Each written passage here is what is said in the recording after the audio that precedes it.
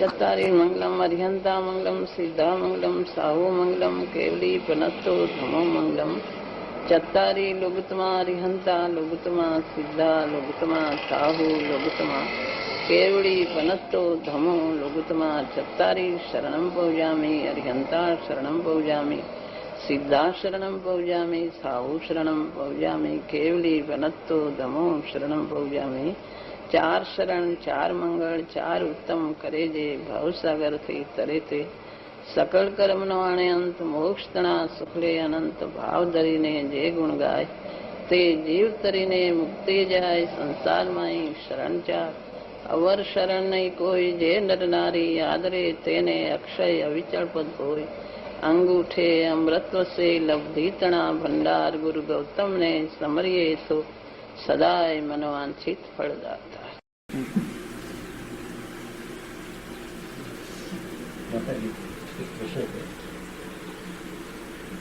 दृष्टिना विषयभूत विनायक आत्माનો આશ્રય કરીને પર્યાયમાં ચિન્માત્ર આત્મા એટલે કે દ્રવ્ય ગુણ અને પર્યાય ત્રણેયથી એક જ્ઞાન માત્ર આત્મા એનો અભેદ આત્માનો જે અનુભવ થયો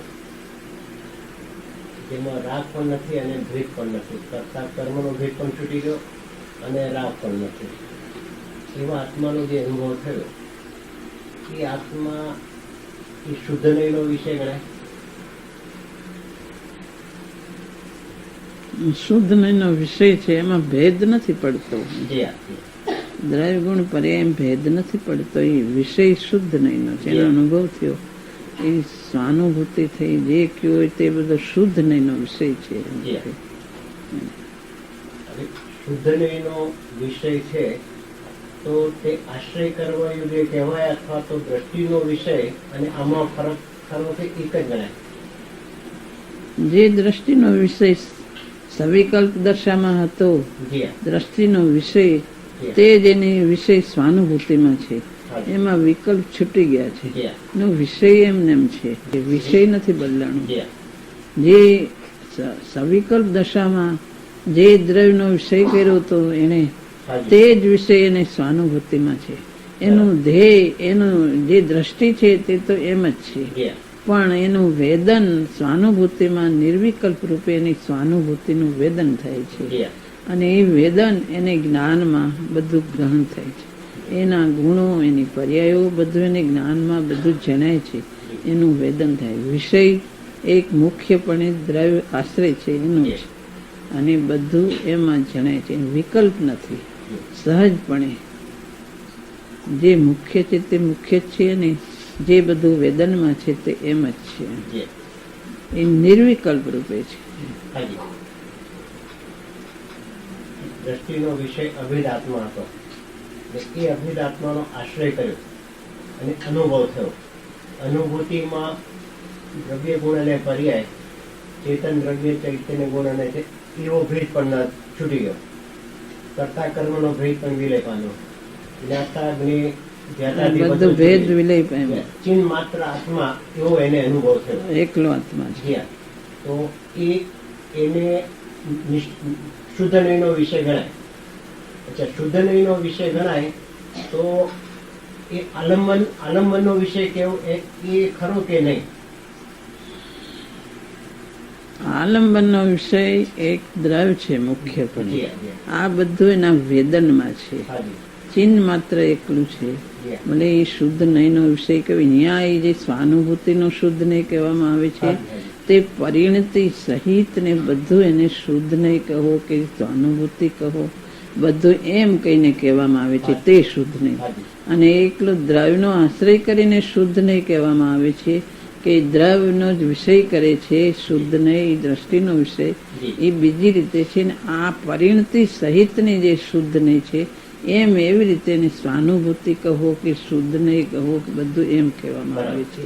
પણ એમાં દ્રવ્ય ગુણ પર્યાય અભેદ એટલે એને ચિહ્ન માત્ર એકલું ચૈતન માત્ર રહી ગયું, એટલે એમાં ગુણ ને પર્યાયો કાંઈ નથી, અને એકલું દ્રવ્ય રહી ગયું એમ નથી. એમાં ગુણો પર્યાયો બધું છે, એને જ્ઞાનમાં બધું જણાય છે. વિષય તો જ્યાં જેમ છે એમ જ છે, વિષય છૂટી નથી જતો. જે મુખ્ય રીતે દ્રવ્ય છે તે એમ જ છે ને ગુણો ને પર્યાયો બધું એને જેમ છે એમ વેદનમાં આવે છે.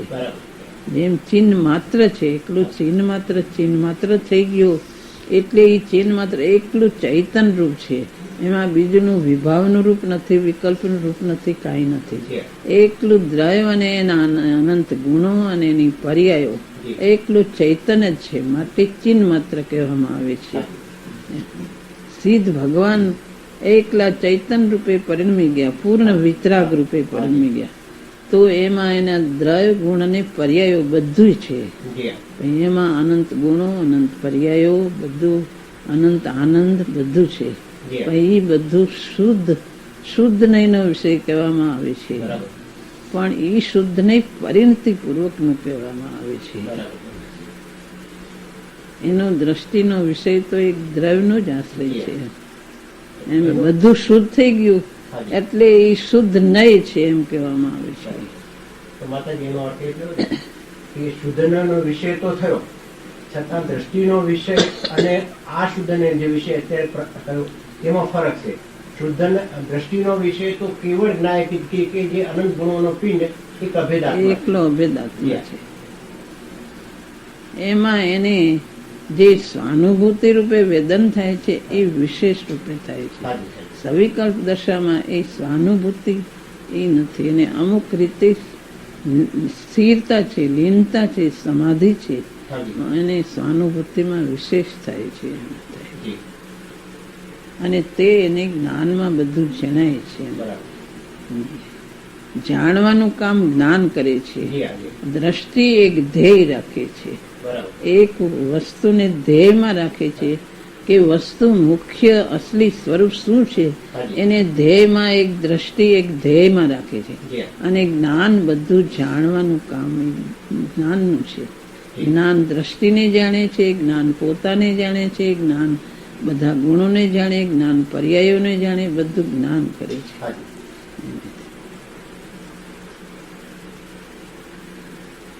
માતાજી એનો અર્થ થયો કે ધ્યાનકારે દ્રષ્ટિના વિષયને ધ્યેય બનાવીને એકાગ્રતાનો પ્રયત્ન કરે, એમાં જ્યાં સુધી દ્રવ્ય ગુણ અને પર્યાય એવો ભેદ પણ લક્ષમાં રહે ત્યાં સુધી એને એકાગ્રતા ન થાય.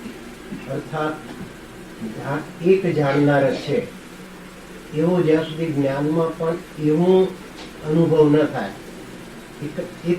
એક જાણનાર પડે તો ત્યાં સુધી પણ એમાં ભેદ પડે છે, અને ભેદ પડે છે એટલે અનુભવ ન થઈ શકે.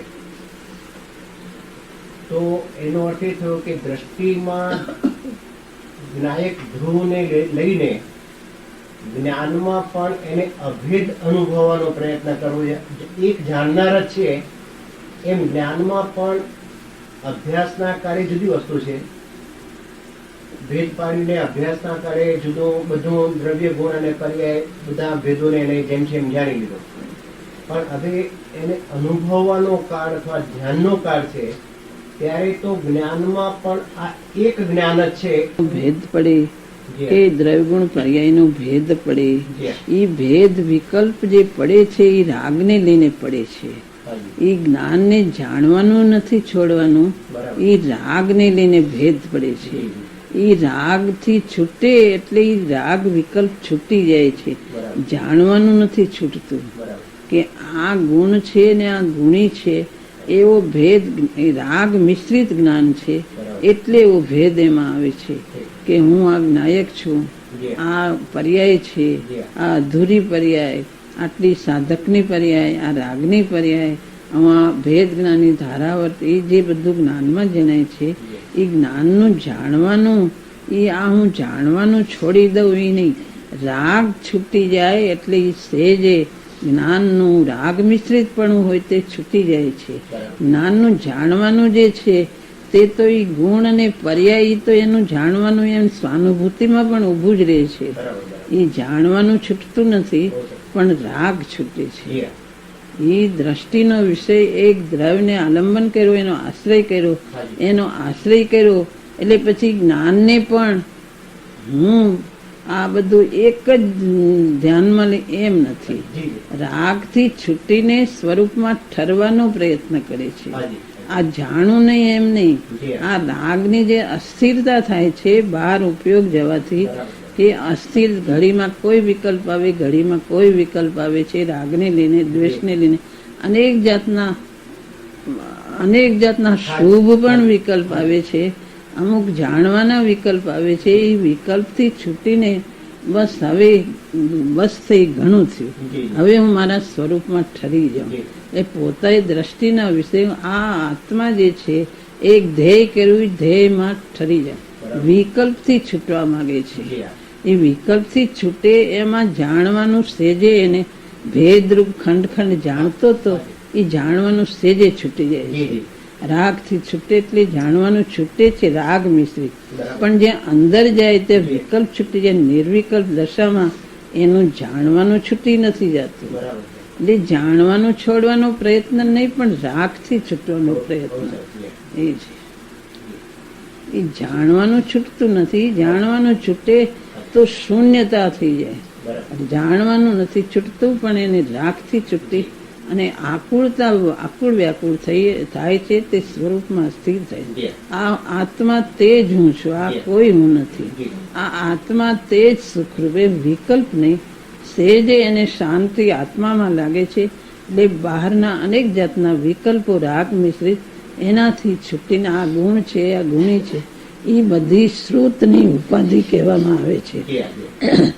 કે શ્રુતની જે ઉપાધિ છે એનાથી પણ છૂટીને વિકલ્પ સહિત છે, માટે રાગ મિશ્રિત છે. બરાબર એટલે એ જ્ઞાન નથી છૂટતું, રાગ છૂટે છે. જી એટલે અંદરમાં ઠરી જાય છે. હાજી એટલે અંદરમાં આકુળતાથી છૂટીને સ્વરૂપમાં લીન થાય છે. એટલે વિકલ્પ છૂટી જાય છે. બરાબર વિકલ્પ છૂટી જાય છે એટલે સ્વરૂપની સ્વાનુભૂતિમાં એ પોતાને જાણે છે, જી ગુણોને જાણે છે, પોતાના આનંદને જાણે છે, બધાને જાણે છે. જી એમ ભેદ પાડીને વિકલ્પ કરીને નથી જાણતો, સેજે જણાય છે. બરાબર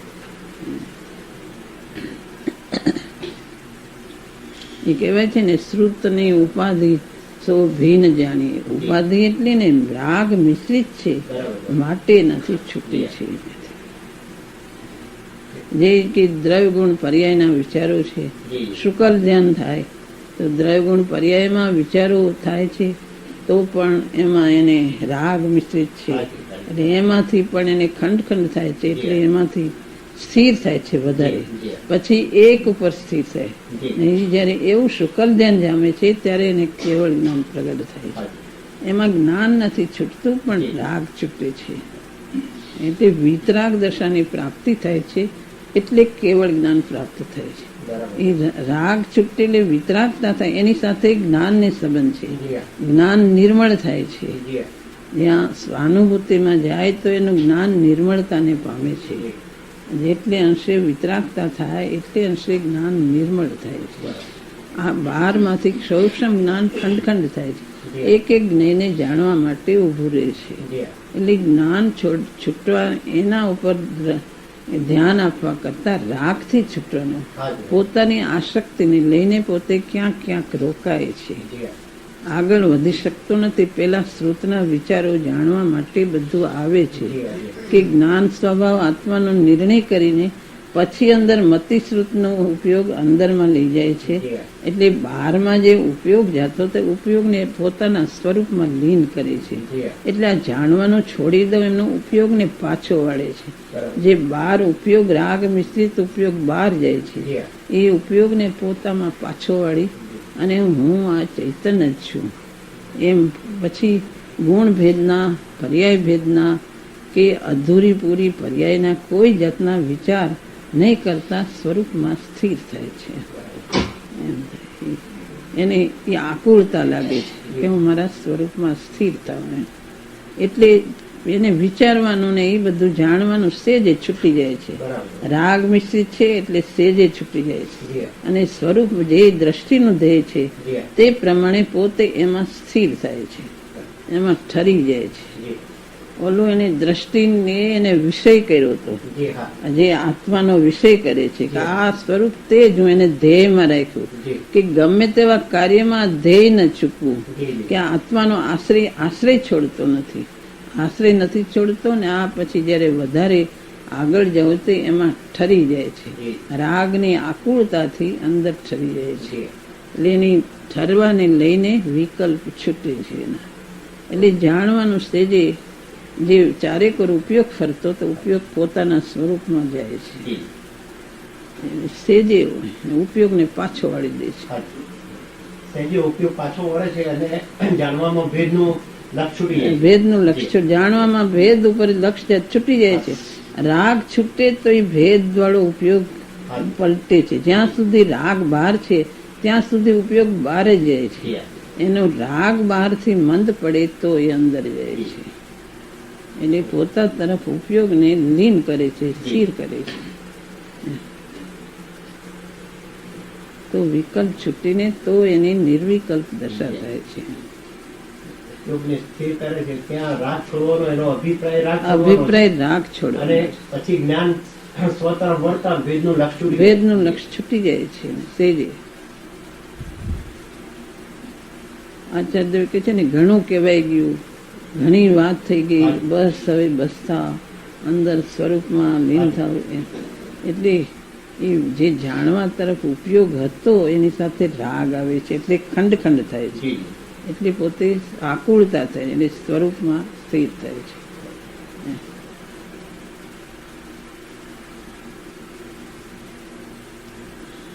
એટલે માતાજી એમાં નિર્વિકલ્પ અનુભવ વખતે એમ લેવાય કે જ્ઞાનનું અવલંબન તો એક નાયકનું જ છે, પણ જાણવાનું બધું એ દ્રવ્ય ગુણ પર્યાય ભેદને એ પ્રમાણે આ અવલંબન રાખીને આને જાણે છે. એને પોતાને શ્રદ્ધાએ આશ્રય લીધો છે દ્રવ્યનો, એમ જ્ઞાને પણ આશ્રય લીધો છે, પણ એનું કાર્ય બધું જ જાણવાનું છે. એનું કાર્ય જાણ, એના આશ્રય જ્ઞાનના આશ્રયમાં પણ દ્રવ્ય છે અને દ્રષ્ટિના આશ્રયમાં પણ દ્રવ્ય છે. એમાં લીનતા પણ જે ઠરે એ પોતે સ્વરૂપને આશ્રય લઈને લીનતા કરે છે, પણ જ્ઞાનનો સ્વભાવ જાણવાનો છે. જો જાણવાનો સ્વભાવ ન હોય તો વેદનને જાણે કોણ, સ્વાનુભૂતિને જાણે કોણ? સ્વાનુભૂતિ પોતે પોતાને નથી જાણતી, જ્ઞાન એને જાણે છે. જ્ઞાન બધાને જાણે છે, એને જાણવાનો સ્વભાવ છે. પોતે દ્રવ્યને જાણે છે જ્ઞાન, અને દ્રવ્યનો આશ્રય કરે છે. જ્ઞાન પછી ગુણોને જાણે છે, જ્ઞાન પર્યાયોને જાણે છે, જ્ઞાન બધાને જાણે છે. નિર્વિકલ્પ દશામાંથી બહાર આવે તો એ બધું સ્વાનુભૂતિ થઈ તે બધું જ્ઞાન જાણે છે, વિવેક કરે છે. બહાર આવીને પણ કઈ જાતના વિચારો અને કઈ જાતનું અંદર સ્વરૂપમાં લીન છે એ બધું જ્ઞાન જાણે છે. દ્રષ્ટિ એક આશ્રય કરે, જ્ઞાન પણ આશ્રય કરે છે. જ્યાં સુધી અંતરમાં ભેદ જ્ઞાન અને દ્રષ્ટિનો આશ્રય જોરદાર ન થાય, એનો આશ્રય દ્રષ્ટિમાં જોરદાર ન થાય, ત્યાં સુધી જ્ઞાનમાં પણ એ જોરદાર થતો અને ત્યાં સુધી ઠરી શકતો નથી. અંદર ભેદ જ્ઞાન થાય કે હું આ બધા રાગથી, આ બધા વિકલ્પથી છૂટો ન્યારો નાયક છું, એમ એને અંદરમાંથી શ્રદ્ધાનું જોર આવે કે હું એક નાયક છું, તો એનાથી છૂટો પડે અને સ્વરૂપમાં ઠરવાનો પ્રયત્ન કરે. એને પ્રયોજન કેટલાકને એટલી અંદર લગ્ની લાગે કે મૂળ પ્રયોજનભૂત જાણી લીધું, બસ હવે સ્વરૂપમાં ઠરી જવું છે, કે આત્માનું એક પ્રયોજન સાધવું છે. એટલે આત્માને આશ્રયમાં લઈને સ્વરૂપમાં ઠરવાનો પ્રયત્ન કરે. ઉપયોગ બહાર જતો હોય એને અંતરમાં લાવે છે. તો એમાં પુરુષાર્થ જો એનો યથાર્થ થાય, અને જો એને યથાર્થ થાય તો એને વિકલ્પ છૂટીને નિર્વિકલ્પ દશાની પ્રાપ્તિ થાય છે. પણ એ એક ધારા એ શાસ્ત્રમાં આવે છે ને, 6 મહિના એક ધારા એવો અભ્યાસ તું કર, દ્રષ્ટિનો આશ્રય કરીને એવી ભેદજ્ઞાનની એવી જાતનો અંદરથી દશા પ્રાપ્ત કરને જો સહજ રીતે તારી ધારા થાય તો અંદર નિર્વિકલ્પ દશાને સ્વાનુભૂતિ થયા વગર રહેશે નહીં, એમ આચાર્યદેવ કહે છે. ઉપયોગ અંતર લાવવાનું આચાર્યદેવ કે છે, મતિશ્રુતનો ઉપયોગ એટલે કે એનો રાગ છૂટે તો ઉપયોગ અંદર આવે ને રાગ છૂટ્યા વગર ઉપયોગ અંદર આવતો નથી. જી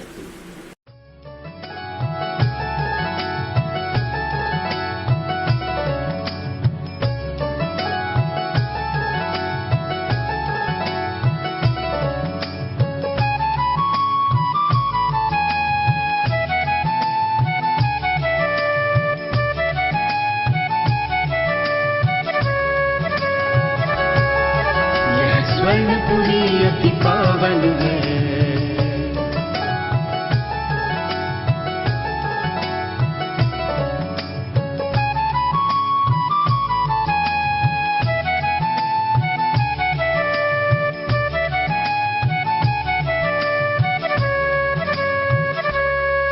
यह स्वर्णपुरी अति पावन है,